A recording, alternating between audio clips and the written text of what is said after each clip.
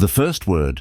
The crystal chandelier cast dancing shadows across the marble floor of Romano's, Manhattan's most exclusive restaurant. Marcus Chen sat rigid in his usual corner booth. His 3-year-old daughter Emma perched silently in her high chair beside him. It had been 427 days since the accident, 427 days since his wife Sarah died in the car crash, 427 days since Emma last spoke. "Your usual, Mr. Chen?" The maitre d' approached with practiced deference. Marcus nodded without looking up from his phone, one hand absently stroking Emma's dark curls. The doctors had a name for her condition: selective mutism, triggered by trauma. They'd tried everything: therapists, specialists, experimental treatments. Nothing worked. His bright, chattering little girl had retreated into silence, and no amount of his billions could buy back her voice. "I'll send someone right over," the maitre d' said, hesitating. "Though I should mention, we're short-staffed tonight.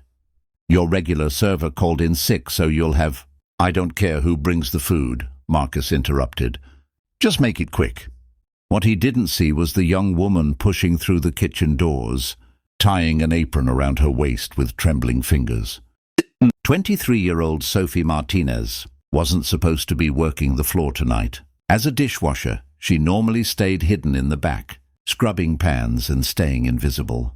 But when the floor manager begged her to cover for the sick server, "Just this once, Sophie, please," she couldn't say no.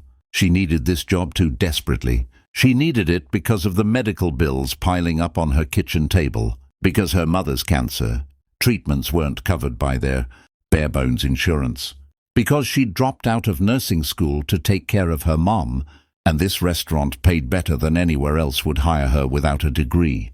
Her hands shook as she picked up the notepad. Romano's clientele didn't tolerate mistakes. "Table 7, the manager said, pointing to the corner booth. "That's Marcus Chen, tech billionaire. Whatever he wants, he gets. Don't mess this up." Sophie approached the table, forcing a professional smile despite her nerves. "Good evening, Mr. Chen. I'm Sophie, and I'll be—" She stopped mid-sentence. The little girl in the high chair was staring at her. Not the glazed, distant look Sophie had seen on so many faces in the hospital where her mother stayed. This was different. The child's eyes were locked onto Sophie's face with an intensity that made her breath catch. "I'll be taking care of you tonight," Sophie finished softly, unable to look away from those dark, searching eyes. Marcus didn't glance up from his phone. Sparkling water, filet mignon rare, chicken fingers for her, though she probably won't eat them. "Of course." Sophie scribbled the order, but she felt rooted to the spot. The little girl was still staring at her, and now her small hand had reached out, fingers grasping toward Sophie. "Will there be anything else?" Sophie asked, her voice catching. "No." Marcus's tone was dismissive. Sophie nodded and turned to leave, but she heard a small sound behind her, a whimper, like a puppy being left behind. She glanced back. The little girl's face had crumpled, tears pooling in her eyes. Both arms now stretched toward Sophie. Something twisted in Sophie's chest. She'd seen that expression before, in the pediatric ward where her mother sometimes stayed. The look of a child desperate to connect, trapped behind walls they couldn't break down. "Actually," Sophie said, surprising herself, "I just need to confirm. Does she have any allergies I should know about?" Marcus finally looked up, irritation flashing across his handsome features. "No allergies. Look, I'm sure you're new, but I don't need—" "Mama." The word was barely a whisper, but it cut through the restaurant's ambient noise like a thunderclap. Marcus's phone clattered onto the table. His face went white. "Mama," louder this time. The little girl was still reaching for Sophie, tears now streaming down her cheeks. "Mama, mama, mama!" Sophie stood frozen, her notepad slipping from her fingers. Around them, other diners had fallen silent, sensing something profound unfolding. Marcus shot to his feet, his chair scraping harshly against the floor. "Emma?" His voice cracked. "Baby, did you just—" He looked at Sophie with a mixture of shock and something else. Anger, grief. "What did you do? What did you do to make her—" "I'm so sorry. I didn't mean to—" Sophie backed away, terrified she'd somehow caused harm. "I should get your order." Mama, Mama!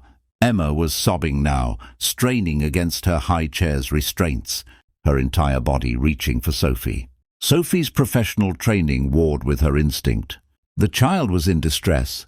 Nothing else mattered. She dropped to her knees beside the high chair, letting Emma's small hands grab onto her face, her hair, her uniform. "It's okay, sweetie," Sophie murmured. The same voice she used with scared children at the hospital. "It's okay. I'm here. You're safe." Emma buried her face in Sophie's neck, her sobs gradually quieting. Marcus stood above them, and when Sophie dared to look up, she saw tears streaming down his face. He sank back into his chair as though his legs would no longer hold him. "She hasn't spoken in over a year," he whispered. "Not since my wife died. The doctors said she might never—" He pressed his palms against his eyes. "And her first word is Mama to a complete stranger." The words hit Sophie like a physical blow. She understood suddenly, the man's coldness, the child's silence, the desperate grief permeating this corner booth. "I'm so sorry for your loss," Sophie said softly, still holding Emma, whose fingers were now twisted in her hair. "I can't imagine—" "Why you?" Marcus looked at her with raw confusion. "Why would she speak to you?" Sophie looked down at the little girl in her arms and felt her own tears building. "I don't know. Sometimes kids just—" She paused, thinking of all the hours she'd spent at her mother's bedside, watching nurses work with pediatric patients. Sometimes they just know when someone sees them, really sees them. "Mama," Emma said again, quieter now, her small hand patting Sophie's cheek. "Oh, honey." Sophie's voice broke. "I'm not your mama, but your mama loved you so much. I can tell, and your daddy loves you too." Marcus made a choked sound. Sophie looked up at him, this billionaire surrounded by luxury but drowning in loss, and made a decision that defied every boundary of professionalism. "Mr. Chen, I have to take your order to the kitchen. But if you'd like, I could come back, just to sit with her for a few minutes." "Yes," the word came out hoarse. "Please." What happened next became the talk of Romano's for months. Sophie brought their food, then asked the manager if she could take a quick break. "Just 10 minutes, she pleaded. To her surprise, the manager, who'd witnessed the scene, nodded. Sophie sat with Emma while Marcus picked at his steak, watching them with an expression Sophie couldn't decipher. She taught Emma a simple clapping game, the kind her mother had taught her as a child. Emma's laughter, tentative at first, then genuine, filled the booth. "Where did you learn to do that?" Marcus asked. "With children, I mean. The doctors couldn't get her to engage like this." "My mum's been in and out of the hospital for 2 years," Sophie said, keeping her voice light for Emma's sake. "I've spent a lot of time in pediatric wards." "You pick things up?" "Your mother's sick." Sophie nodded, not trusting her voice. Marcus studied her for a long moment. "And you're working here instead of being with her tonight? Bills don't pay themselves." Sophie managed to smile. "Besides, she's resting. She'd want me working." "What kind of cancer?"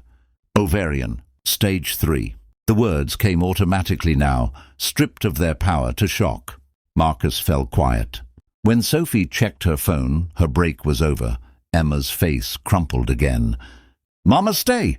"I have to work, sweetie. But your daddy's here. He loves you so much." Sophie gently transferred Emma back to Marcus, who took his daughter carefully, reverently, as though afraid she might shatter. Emma whimpered but didn't protest, wrapping her small arms around her father's neck. "Thank you," Marcus said, his voice rough with emotion. "I don't know what you did, but thank you." Sophie nodded and hurried back to the kitchen, swiping at her eyes. She didn't expect to see Marcus Chen again after that night. Men like him didn't return to places where they'd been emotionally vulnerable.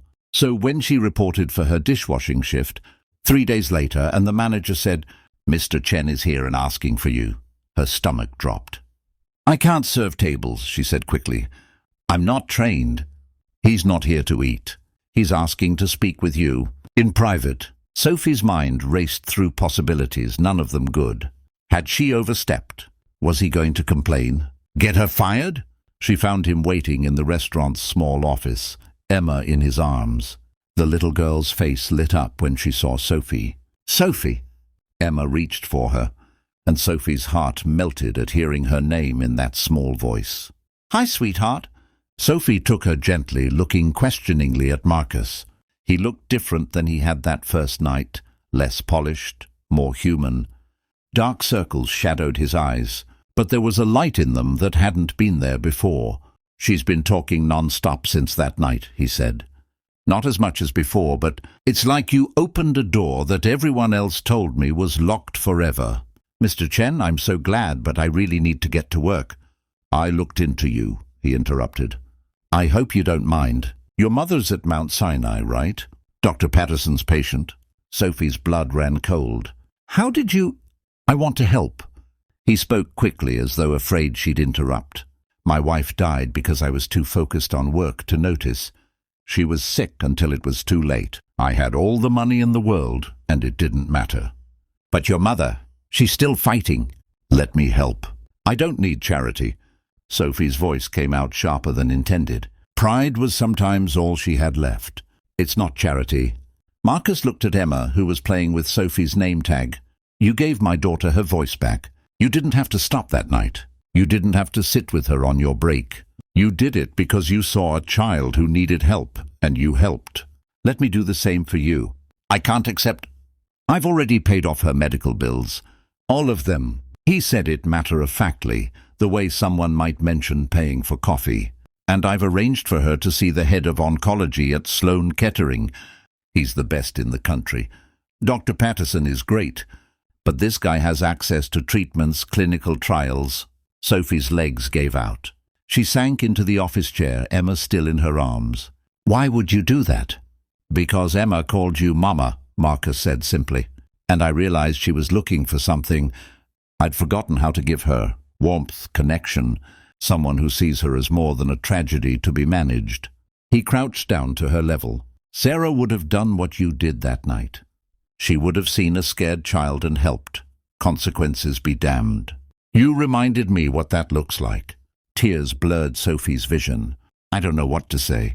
Say you'll let me help. Say you'll go back to nursing school once your mother's stable. Say you'll let Emma have someone in her life who—" He paused, his own eyes bright. "Who sees her the way you do?"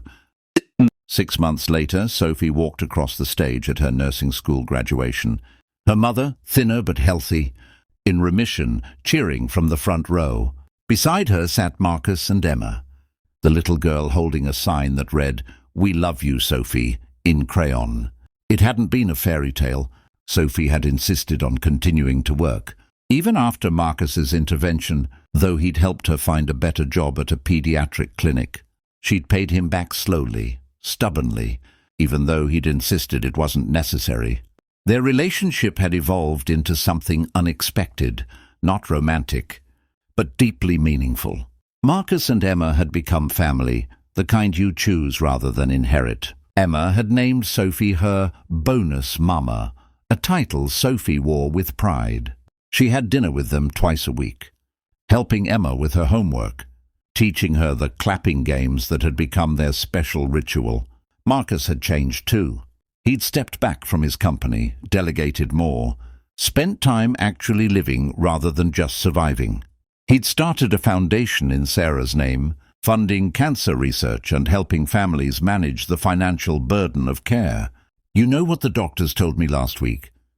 Marcus said to Sophie after the ceremony, as they watched Emma chase bubbles in the spring sunshine.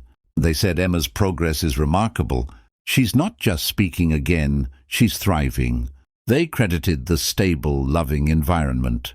He glanced at Sophie. "I couldn't have given her that without you showing me how." "You would have figured it out," Sophie said. "Maybe, eventually," he smiled. "But you taught me something crucial, that the most valuable thing we can give each other isn't money or success.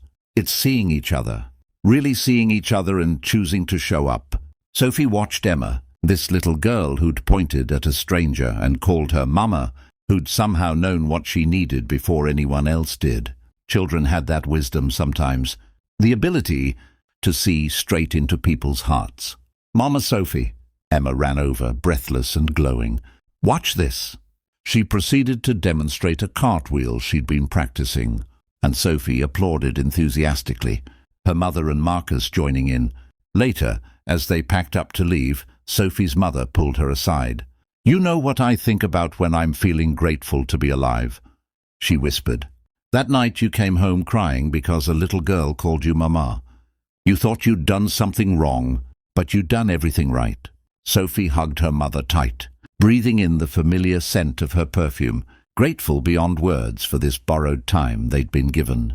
"We all did," she said, "because sometimes the greatest acts of kindness aren't grand gestures but simple moments of connection. A stranger who stops when they could walk away, a child who speaks when everyone expects silence, a man who learns to see again what grief had blinded him to.